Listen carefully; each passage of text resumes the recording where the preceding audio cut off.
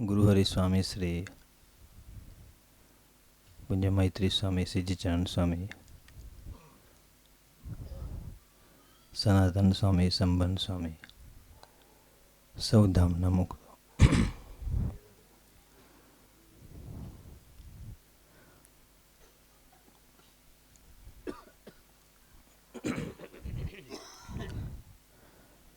આપણે બધા ખૂબ જ ભાગ્યશાળી છીએ કે સ્વામીજીએ કૃપાએ કરીને આપણને પ્રબોધસ્વામીની ગોદ આપી.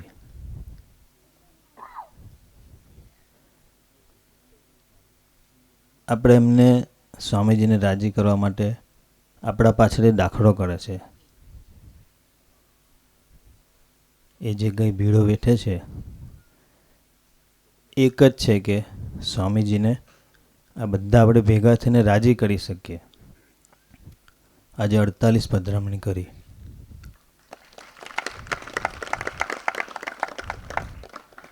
આટલી ઉંમરે આપણે વિચારીએ બેસવાનું, ઊભા થવાનું, બેસવાનું, ઊભા થવાનું,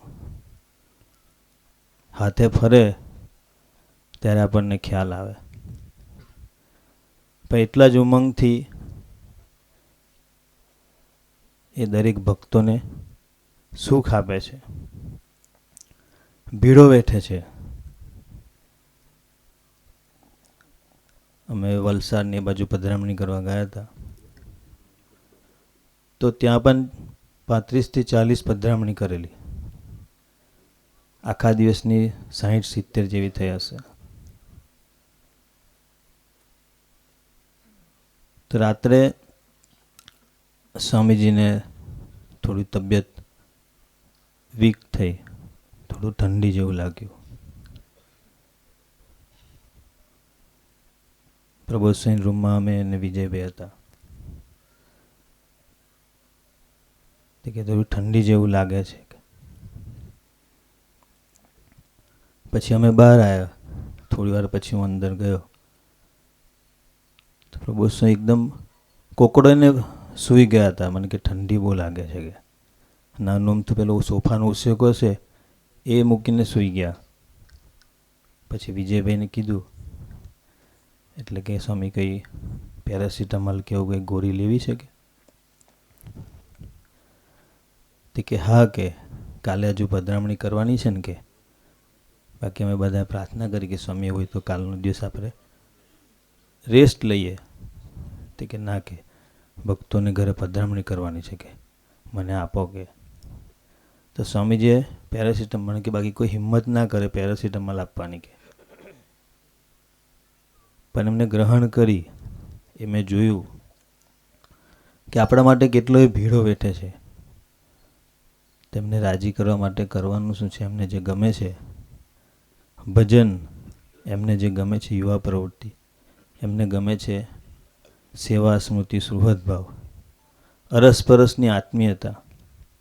એ નાનામાં નાના એમની પાસે જાઓ તો નાનામાં નાના વ્યક્તિની બી સેવા કરવાનું ચૂકતા નથી. એમને એવું પોતાનું જે કંઈ સામર્થ્ય છે, જે કંઈ છે એ કાંઈ દેખાતું નથી. એમની આગળ આપણે જો જાગૃત ના રહીએ તો તમને એવું લાગે કે એમના કરતાં આપણે સ્માર્ટ છીએ. પણ જો એની આગળ આપણે ગરીબ થઈને રહેવું છે, એમને આપણે રાજી કરવા છે.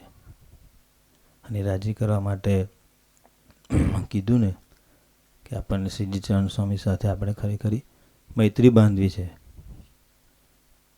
અમે ખરેખર, હું ઘણીવાર સિદ્ધિ સ્વામી, પ્રબોધસ્વામી થાકી જાઉં છું.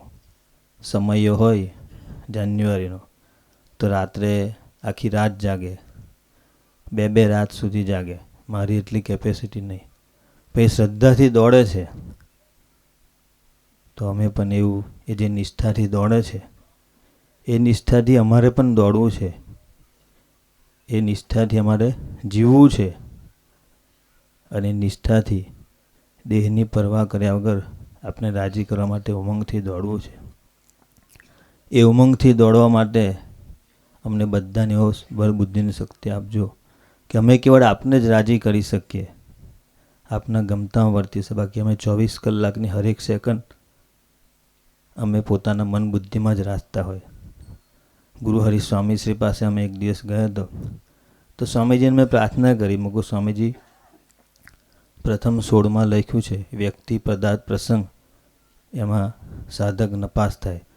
એટલે મેં સ્વામીજીને કીધું, મૂકું સ્વામીજી, વ્યક્તિ પદાર્થ પ્રસંગમાં 24 કલાકની હરેક સેકન્ડ અમારી પૂરી થઈ જાય છે. એટલે સ્વામીજીએ તરત મને કીધું, એ જ કે સાધકની મોટા મોટી મગજમારી છે કે તમે ખરેખર એ વ્યક્તિ પદાર્થ પ્રસંગમાં લેવાય નહીં અને હરેક પરિસ્થિતિને આપને જ કરતા હરતા માની ભજનનું બળ લઈ અને આપને રાજી કરી શકે એ માટે અમને ખૂબ ખૂબ બળ બુદ્ધિની શક્તિ આપજો.